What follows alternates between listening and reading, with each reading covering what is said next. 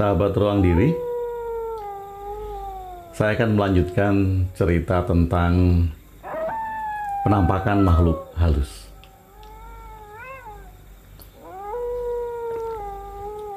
Seperti yang sudah saya bicarakan di awal, bahwa saya berharap sahabat-sahabat semuanya yang menonton video ini bisa menonton sampai habis nanti, supaya tidak terjadi salah paham dan bisa mengikuti pesan-pesan dan alur-alur yang saya bawakan. Saya akan mulai cerita tentang pertama kali saya melihat sesuatu yang sebelumnya belum pernah saya lihat. Saya kembali ke masa-masa tahun 80-an, 80, 81. Saya tinggal di Yogyakarta, di sebuah kampung yang namanya Ngampilan. Tentu saja apabila ada sahabat-sahabat yang melihat video ini dan berasal dari Ngampilan, mungkin teman-teman saya, seangkatan dengan saya, kita semua tahu bahwa Ngampilan tidak seramai sekarang. Kalau di gang depan saya sekarang sudah ada hostel Edu ya, Edu Hostel. Nah, depan Edu Hotel itu adalah gang rumah saya. Ngampilan saat tahun 80-an masih sepi. Artinya masih sepi bahwa di gang-gang di rumah itu kalau sudah selepas maghrib, itu banyak sekali jalanan yang memang belum ada listriknya. Karena masih berupa kebun. Nah, dari arah depan rumah saya yang gang menuju ke daerah Purwodingin-Ratan itu akan melewati sebuah kebun yang saat itu kita selalu memanggilnya, kebun itu adalah Ngisor Sawo. Ngisor Sawo itu artinya adalah di bawah pohon sawo, karena memang ada dua pohon sawo yang sangat besar di sana. Dua pohon sawo yang sangat besar, kemudian ada satu rumah kosong yang tidak berpenghuni. Memang ditinggalkan, rumah itu sudah agak reot, tidak ada listriknya, siang hari pun tidak ada orang yang masuk ke sana, dan tidak ada orang yang duduk-duduk di depan rumah yang kosong itu. Di depan rumah kosong ini adalah kebun yang kita sebut sebagai Ngisor Sawo. Apabila selepas maghrib, tidak banyak orang yang berani untuk melintas sana, apalagi selepas Isya. Tidak banyak orang yang berani melintas ke sana. Kalaupun kemudian mau jalan melintas ke sana, menunggu orang lain yang ikut melintas ke sana. Nah, ada dua daerah. Yang satu adalah Ngisor Sawo, itu yang dari barat ke timur. Dari gang sebelah barat ke timur menuju ke area yang namanya Kampung Purwodingin-Ratan. Nah, yang dari depan rumah saya ke selatan, itu nanti akan tembus di Jalan Keadahlan, itu juga melewati sebuah kebun kosong yang lebar juga. Kita menyebutnya saat itu adalah Dorodono. Karena memang kebun itu kepunyaan Doro. Doro itu tuan yang namanya Bapak Dono. Jadi kita menyebutnya sebagai Dorodono. Jadi melewati itu pun tidak ada listrik, karena saat itu memang penerangan belum maksimal dan kebun-kebun yang sedikit luas memang tidak diberikan listrik. Selepas Isya, kalau berjalan dari depan gang rumah saya ke selatan yang nanti akan tembus di Pasar Berantan, daerah Keadahlan, itu tidak banyak orang yang berani untuk melintas ke sana. Saya ingat sekali saat itu saya masih kelas 5 SD. Saya melintas ke sana sering diajak oleh almarhum bapak, karena almarhum bapak itu kalau setelah gajian, bapak saya adalah seorang pegawai negeri sipil. Setelah gajian, dia selalu mengajak saya untuk memakan, ditraktir lah oleh bapak karena dia habis gajian, bubur kacang hijau. Di depan Keadalan itu ada penjual bubur kacang hijau yang menjadi langganan bapak, yang selalu mengajak saya kalau sehabis gajian. Dan apabila melewati daerah Dorodono itu, saya selalu digendong karena saya takut gelap, nggak kelihatan apa-apa, dan saya selalu digendong oleh bapak untuk melintasi ke sana. Di Ngampilan ini banyak sekali cerita-cerita unik yang terjadi di Ngisor Sawo ataupun di Dorodono. Nah, kakek saya itu suatu malam bercerita bahwa Ngisor Sawo ini dari dulu memang sepi dan tidak ada orang yang mau untuk menyewa rumah tersebut. Karena alasannya banyak sekali kejadian-kejadian yang mengganggu di rumah itu, yang akhirnya rumah tersebut dibiarkan terbengkalai dengan masih dinding bambu, penerangannya tidak cukup, dan akhirnya lama-lama itu menjadi rumah kosong yang tidak berpenghuni. Nah, kakek selalu bercerita kepada saya kalau tidak ada yang berani menyewa atau mengontrak atau bahkan membeli. Rumah itu dijual tapi tidak laku-laku. Menurut kakek, bahwa di sana ada yang selalu mengganggu.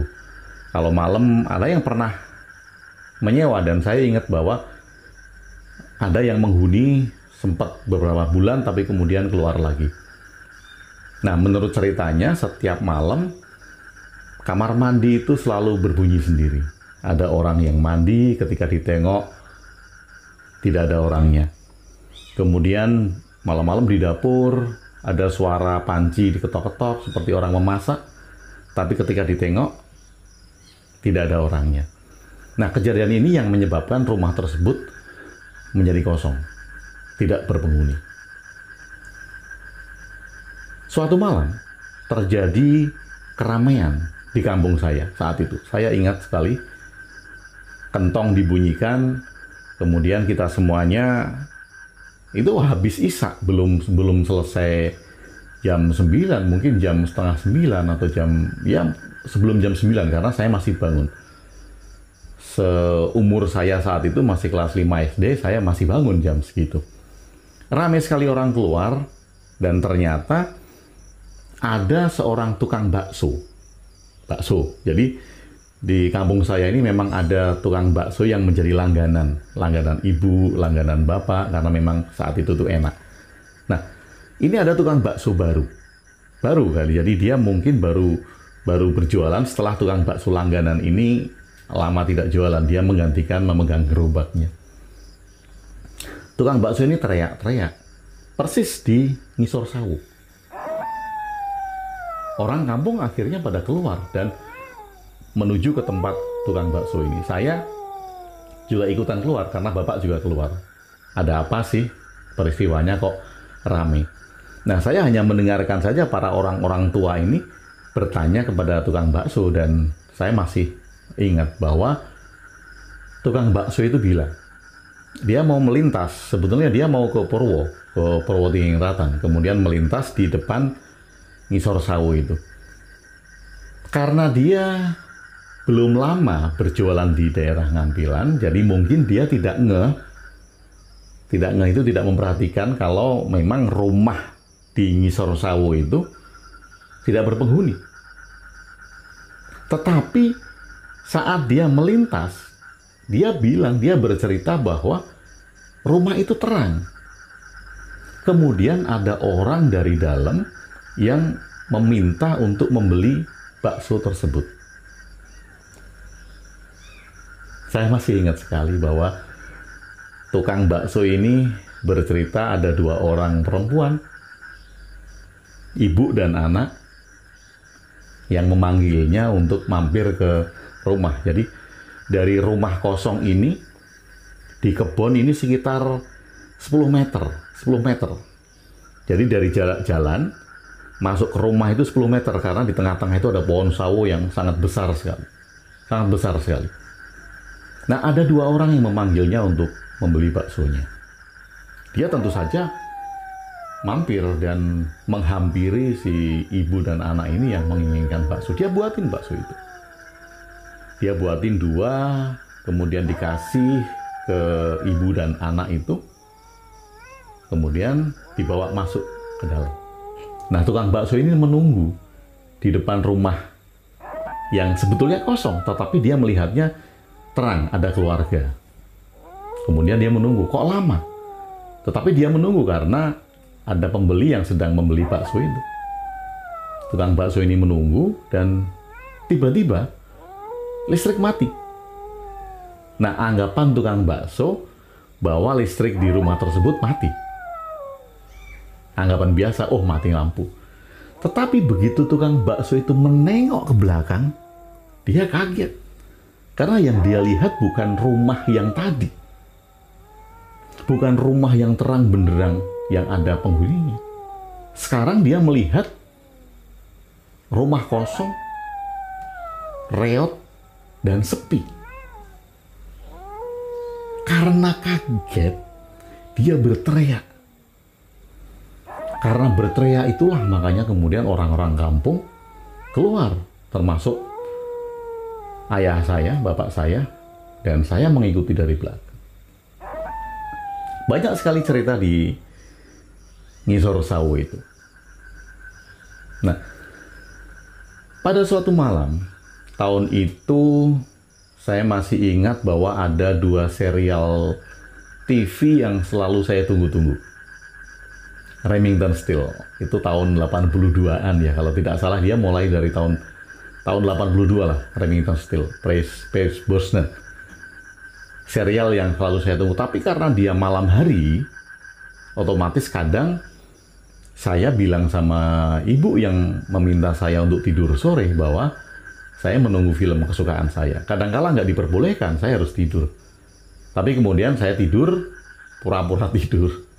Kemudian jamnya Remington, saya bangun sekitar jam 10, kalau tidak salah jam 10 atau setengah 11. TVRI saat itu. Saya ingat bahwa keluarga saya masih punya TV kecil. TV tabung yang kecil. 14 in. Kalau tidak salah, TV saya saat itu belum berwarna. Mungkin belum berwarna, saya lupa karena itu TV-nya kakek ya, belum berwarna. Orang tua saya membeli TV berwarna itu baru setelah saya SMP kelas 1 kalau tidak salah. Tetapi saya mengikuti serial Remington Steele. Kalau sebelumnya di bawah tahun 80, 81 ke bawah itu ada serial yang menyelam ke dasar laut, Voyage to the Bottom of the Sea. Kalau para sahabat ingat, ada Voyage to the Bottom of the Sea. Tahun 80-an ke bawah itu juga ada serial polisi ya, namanya Chips. Itu tahun 80-an ke bawah. Nah, saat itu saya sedang menunggu film Remington Steele. Karena memang itu kesukaan saya. Jam 10 malam. Dan jam 10 malam itu semua sudah tidur. Apalagi adik-adik saya lebih kecil-kecil dan tidur duluan. Bapak, ibu saya sudah tidur, kakek dan nenek juga sudah tidur. Mereka sudah tidur semua dan saya menunggu serial itu. Rumah saya, karena itu adalah rumah Jawa, jadi kalau rumah Jawa itu rumah zaman dulu, di tengah-tengahnya ada tiang 4, ya, soko 4, kemudian sudah dibikin kamar-kamar, jadi kotaknya di tengah itu, kemudian di sebelah sisi sini pintu, di sisi depan, kemudian kiri, kanan, dan belakang itu sudah dibikin kamar. Nah, posisi televisi saya saat itu adalah tepat di tengah-tengah dari pintu masuk. Kalau ini pintu masuk, di sini adalah televisi saya.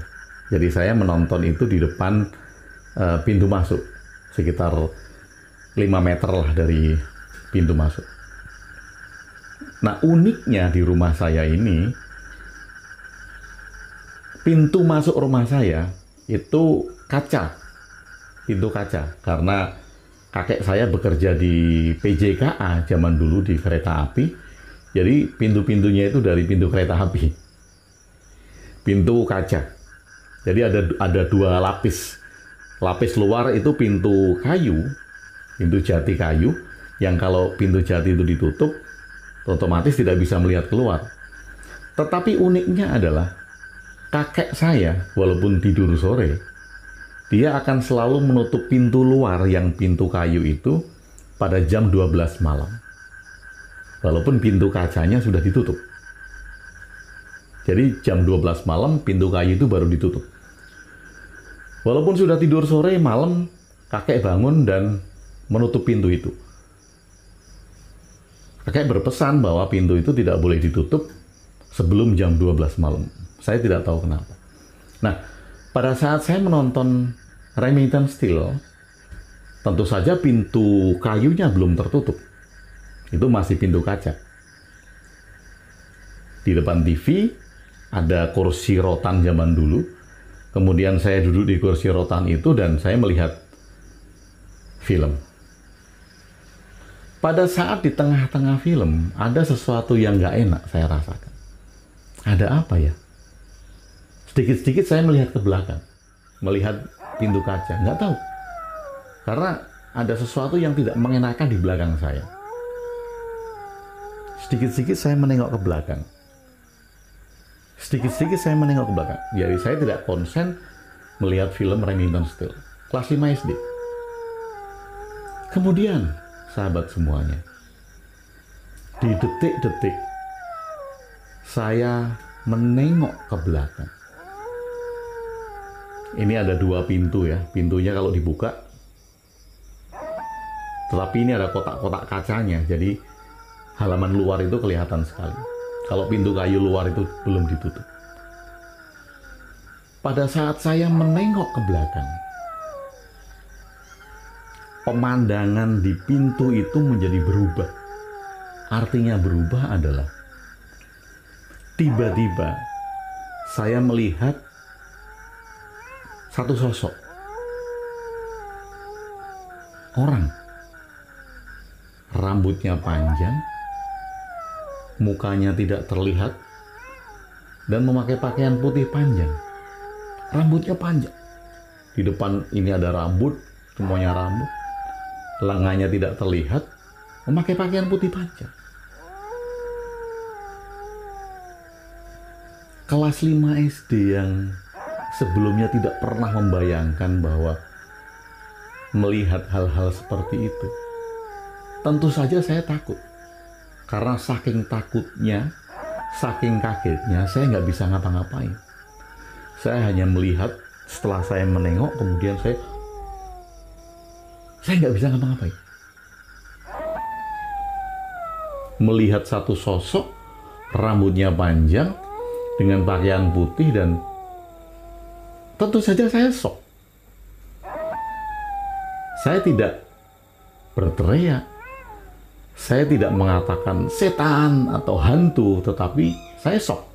Kenapa saya shock? Karena saya tidak pernah melihat itu sebelumnya dan tentu saja sangat kaget. Saat saya kaget, kemudian nenek saya keluar dari kamar. Di samping TV itu adalah kamar nenek saya. Begitu nenek saya keluar, bayangan sosok ini hilang. Bukan bayangan ya, sosok, karena bukan berbentuk bayangan. Hilang. Dan saya mulai bisa merasa menarik nafas lagi. Dan nenek hanya bilang, wes, ora popo. Bahasa Jawa, artinya sudah, nggak apa-apa. Saya hanya dipegang kepalanya, sudah tidur sana. Ya wes kono turu. Ya sudah tidur. Sahabat, pertama kali saya melihat sesuatu yang sebelumnya belum pernah saya lihat. Kelas 5 SD, ketika saya menonton televisi dan tiba-tiba saya menengok ke belakang, ada satu sosok yang mukanya tidak terlihat dengan rambut panjang, dengan pakaian putih panjang, tidak berkata-kata, hanya diam saja di depan pintu melihat ke arah saya. Dan tiba-tiba hilang pada saat nenek keluar dari kamar dan bilang sama saya, wes, ora popo. Ya sudah, nggak apa-apa. Wes kono turu, sudah sana tidur. Tentu saja saya berdebar-debar. Kenapa? Karena ingat terus. Itu apa tadi? Namanya apa? Mengapa bisa saya lihat? Mengapa dia menampakkan diri? Mengapa dia muncul?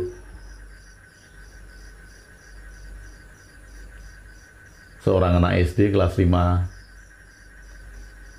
yang dilihatkan oleh penampakan yang mengagetkan saya, dan saya nggak tahu. Atau jangan-jangan ketika sahabat-sahabat melihat video ini, di belakangnya adalah pintu kaca.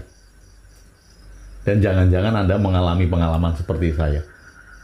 Ketika Anda berada di kamar mendengarkan video ini dan melihat ke pintu kaca, ada satu sosok penampakan yang Anda lihat.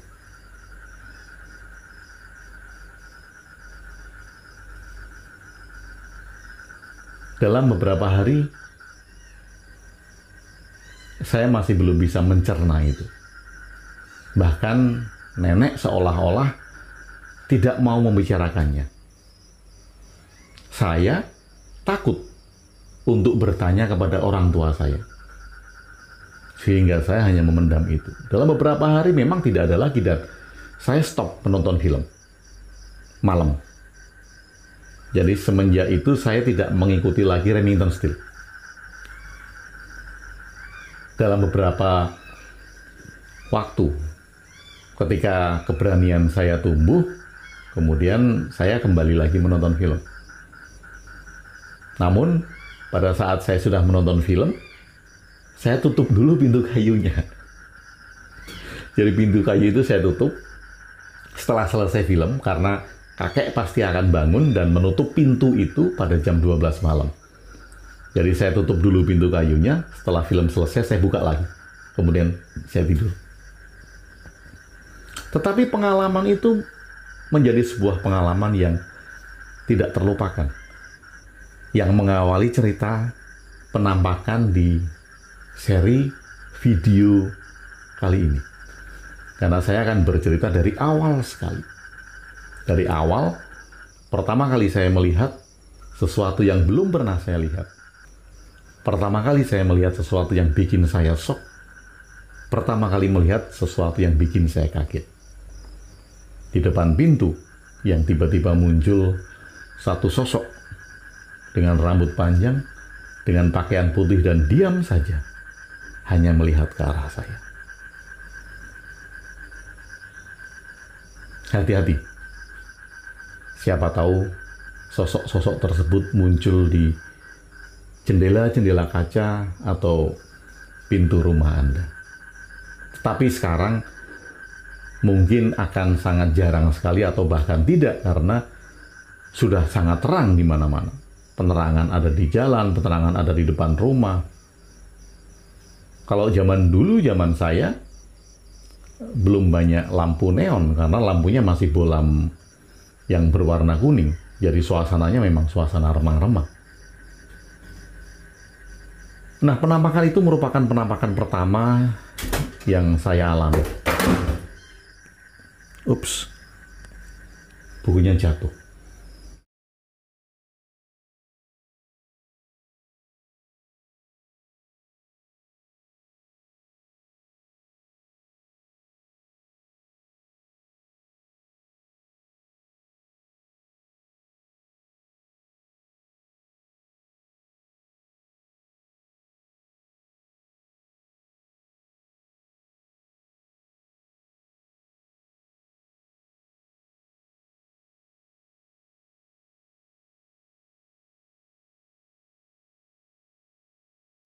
Jangan-jangan yang jatuhin penampakan tadi. Karena saya akan minum, bukunya jatuh.